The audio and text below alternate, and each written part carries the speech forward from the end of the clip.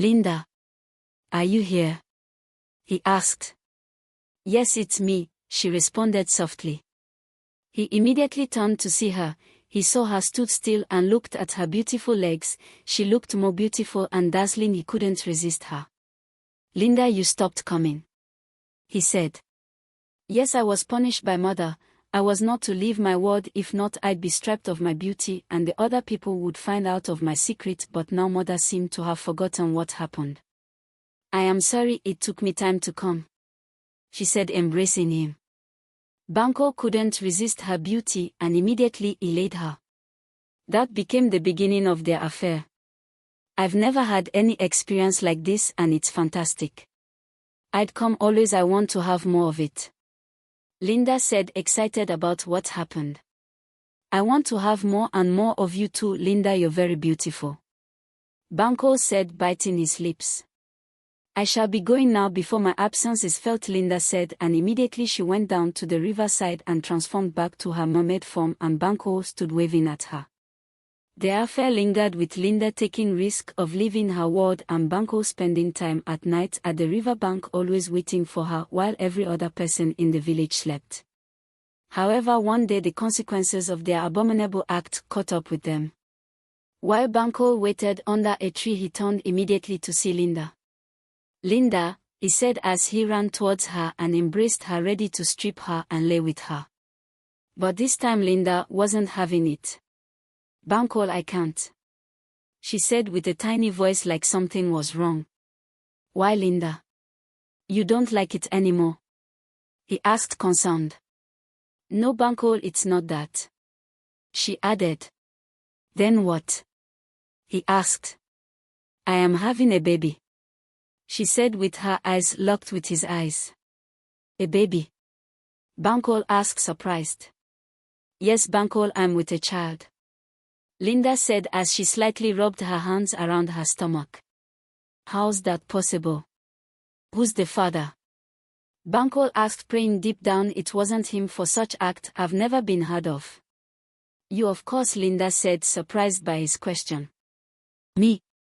It can't be me. Are you sure you've not had an affair with any other person? Banco asked in denial.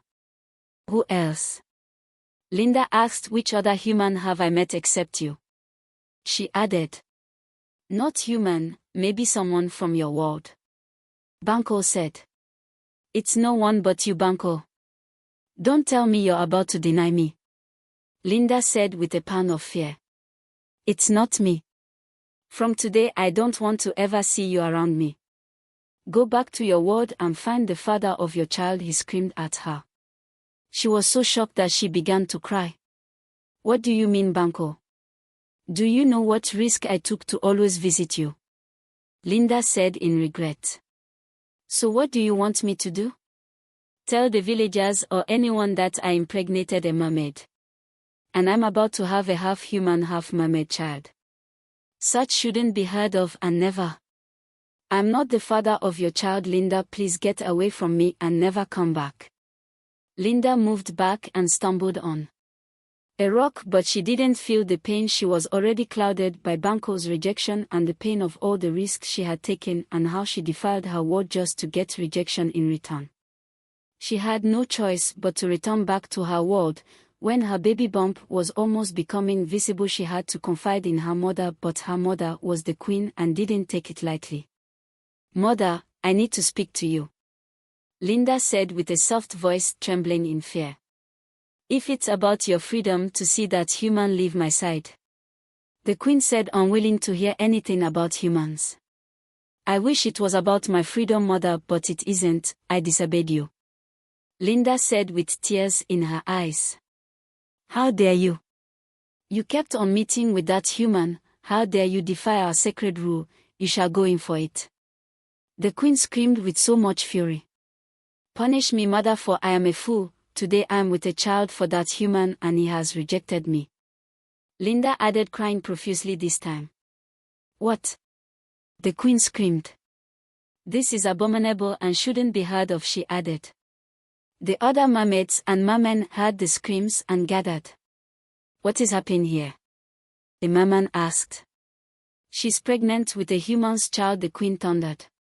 What? How dare you defy us? You committed a treacherous atrocity. Such child would not be born here. One other merman growled in anger. Your punishment shall be melted on you. You shall lose your beauty as a princess and your position as well. From today you shall be seen as a servant mermaid. And your child shall never be born. The queen said with commanding authority. Mother, please. Spare my child and punish only me, mother, I beg of you. Linda pleaded. My hands are tied, Linda. I tried to warn you, but you didn't listen. You disobeyed the rules, you have to face the consequences. The queen said to her. After all discussions, they all went ahead to face their various activities. Linda was left alone to bear the consequences of her mistakes. She occasionally went up to the land and waited to see if Banquo would ever change his mind and come back, but he didn't. One night, as the moon shone bright, she came to their usual meeting point to wait for him again. She had already lost her beauty and wasn't very good looking.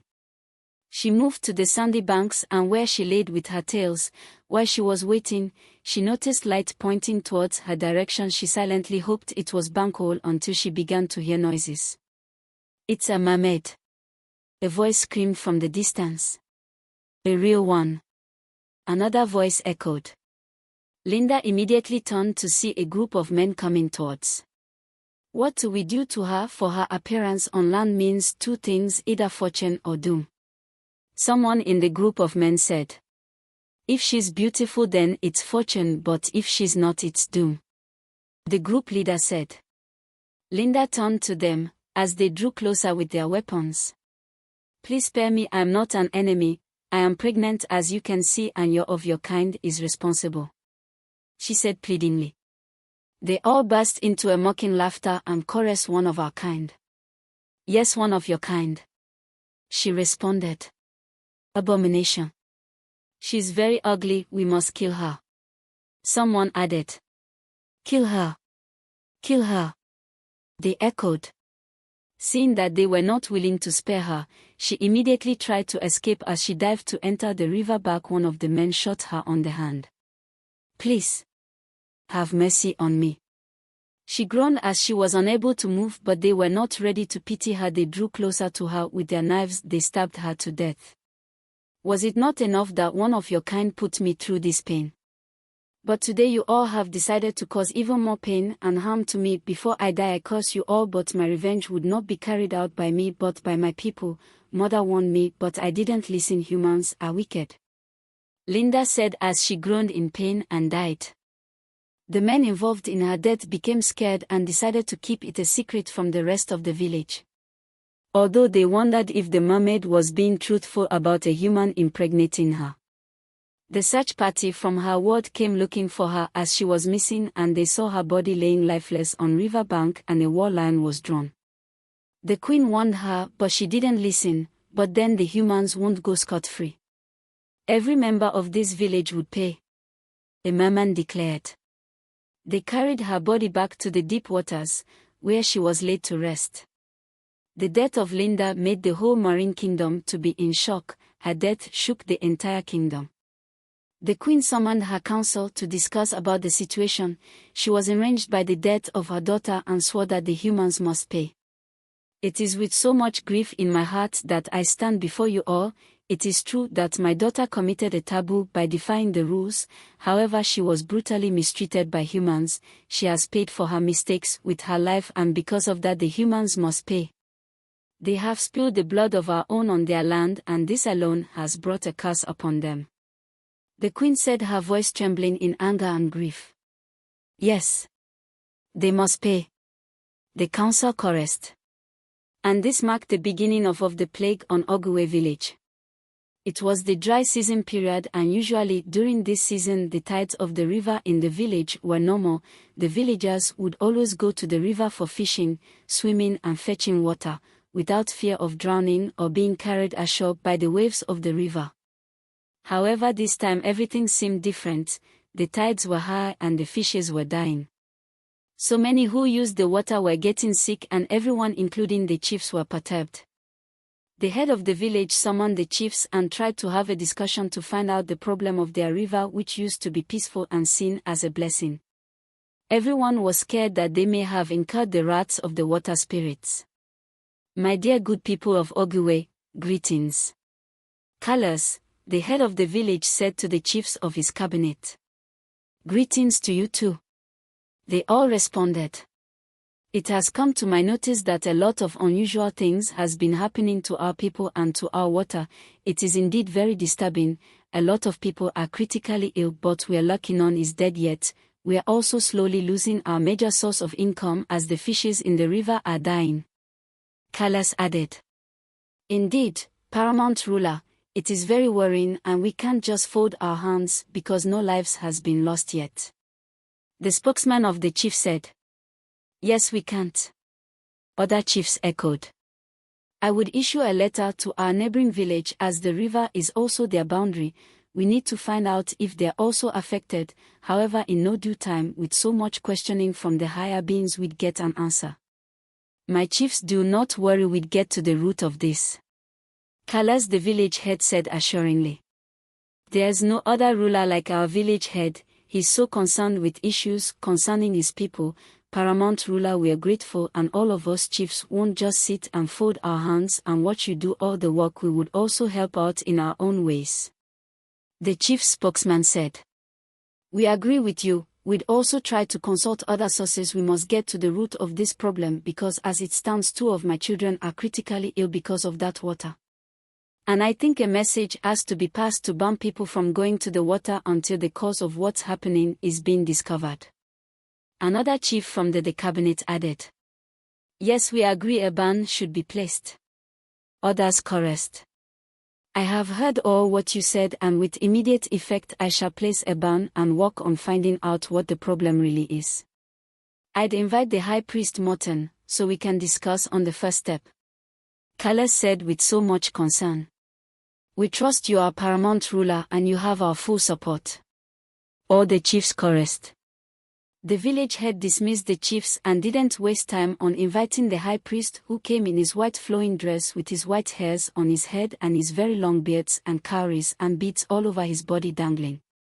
The high priest walked in majestically and his aura covered the whole palace. Everyone knew he was there. Welcome, High Priest Morton, I'm glad you immediately honored my invitation. Kalas, the village head, said while attempting to bow to Morton. Oh no. You're our paramount ruler and I'm under your leadership. You can't bow to me. I'd always be at your beck and call. That's my work, to always be at your service. Morton said as he quickly bowed to the king. You're a humble man. Morton, you're our eyes and intermediary, but yet you revere the ordinary ones. May you be blessed. Kalas, the village head, said. However, Morton, you're aware of the danger lurking in the village. Everyone is affected by it. Even Chief Lewin lamented that 2 of his children are critically ill. We need to find out the cause. The village head, Kalas, continued with so much concern in his eyes. It is a very strange occurrence, paramount ruler, and I'm also worried, as it has never happened before, that the tides of River Oguwe would go so high, or the water that used to be a source of healing for the people would become a sour end and bring them pain. I'm here today standing before you ready to do anything. Just give me the order to do so.